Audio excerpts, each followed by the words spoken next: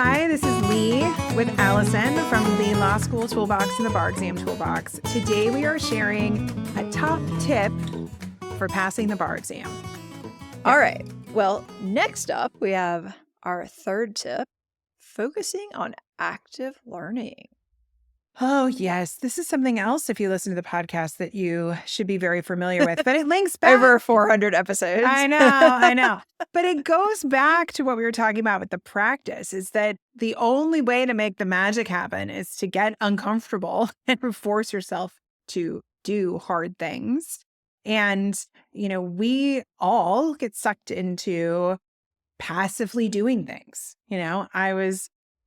I always think about these bar lectures whenever I'm in my car listening to a podcast or an audiobook, and then realize I have no idea what they're talking about because my brain has just gone off somewhere else. I'm thinking about my to-do list, or that I need to text somebody or call somebody back. And then you realize minutes have gone by and you have no clue. I've been listening in theory, but it didn't internalize into my brain. Right. And we know from data that passive listening is not the most effective way for most people to retain information. It's less effective than reading.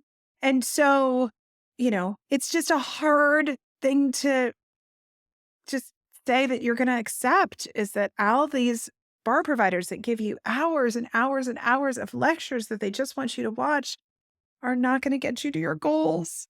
Right. Didn't we see that study that people who watch something, they feel better about the amount of information they've retained, but if you actually test them on it, they're way worse. So I just find that fascinating. It was in the Adam Grant book that I read last year as an audiobook, I'll be honest. But then I did have a physical copy and I went back and reread it so I could talk about it with some sort of authority on the podcast.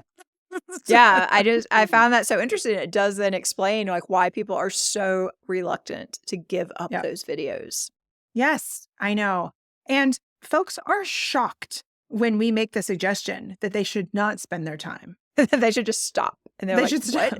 But I paid for it. I know. That's great. Do you want to take the exam again? I know. Or do you want to pass? Right.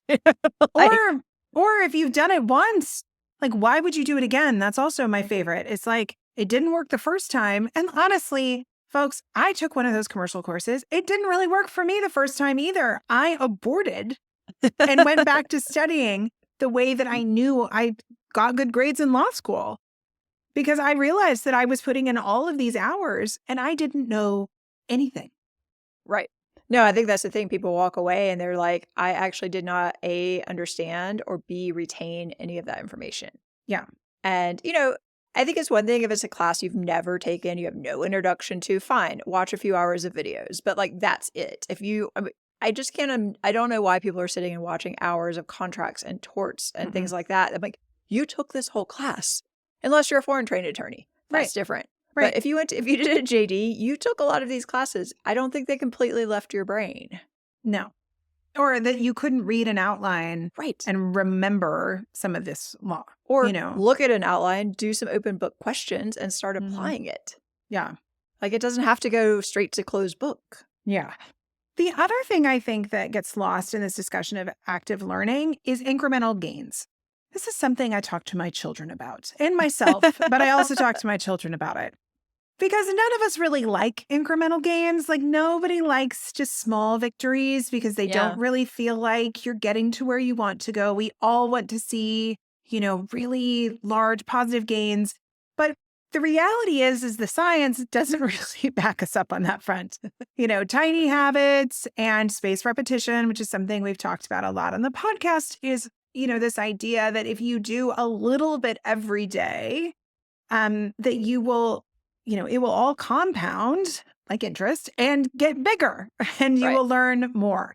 And I think that when the amount of law that you need to learn feels so big, it is very hard to say, I'm going to take it in small chunks, but that is exactly what you need to do. And I think that's why we are passionate that students, look at spaced repetition, that they look at the SMART bar prep outlines, they look at, a manageable amount of information and say, I'm going to master this manageable amount of information by chipping away at it every day. And I'm not going to memorize the entire contracts outline today because that is impractical. and most of us won't be able to do it. Like, it's just Right. the reality. And that's No. okay. Yeah, 100%. I think everybody's looking for kind of the magic wand that they can wave that's going to be like, oh, this is going to guarantee that I pass. This is the one magic outline. I think there are even some outlines called magic outlines. They're not magic. This is just, I think it is this slow, like chipping away process. And it can be, there may be backsliding. There may be days like we've talked about where things aren't going well. And you just kind of have to keep plowing ahead with it.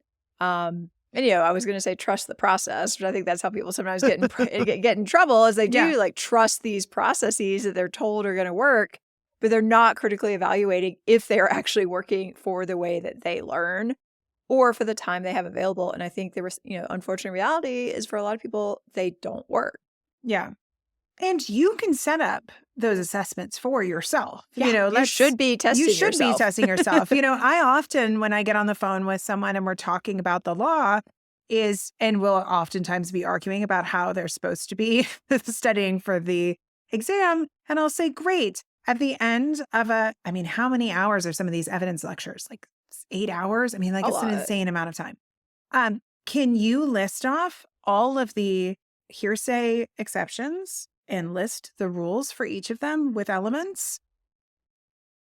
Can you? And most people are like, nope. And I'm like, well, that's a problem because that's what you need for the bar. Right. And if you asked me that information, I'd be like, where are my smart bar prep outlines? Here you go. Here are the 15 exceptions. Would you like me to read them to you? And there was a time when I could rattle them all off. Now I could probably compile them because I do still know all of them. But there was a time when I could be like, I had a mnemonic and I had a list and I could rattle them all off and I had a rule statement for each of them and I had them memorized cold. And that is what you need to know. And I think that, those are the types of assessments you can do for yourself. I think you can check if you're doing this, more video-based approach, this passive learning, to quiz yourself. Yeah. Say, Lee told me to list all of the hearsay exceptions and all of the rules, and I couldn't, and that's a problem. Well, there you go. Yeah. No, I think quizzing yourself consistently is a really great way of doing it because, again, when you find out you got something wrong, that's what helps your brain remember it later. Yep. So in a way, you should almost be able to sit down and write like what's in like a smart bar prep outline, like by hand out of your head. I know that sounds very overwhelming, but not if you do it incrementally every day. Well, and you could start with a green, Yes. Start with the frequently tested rules. True. That's like a third of it. Yeah. So tiny things every day. Most people study for the bar for 10 weeks, 8 to 10 weeks. Think about how many days that is. You think about learning a chunk of material, like 1 page of material over all of those days. That is not that much material. It is a reasonable amount of work if you thoughtfully do it every day. Yeah. If anyone's not familiar with spaced repetition, go listen to those podcasts with Gabe Tenenbaum. He's amazing. He talks about the science behind it. It's very convincing. 10 minutes a day. That's all you need. You'll have 90% of the information in your head at the end of 8 to 10 weeks. Yeah, it's wild. Well, thanks so much for watching. Don't forget to subscribe and give us a like and leave us a comment if you have any questions about anything. And stay tuned for more bar exam tips.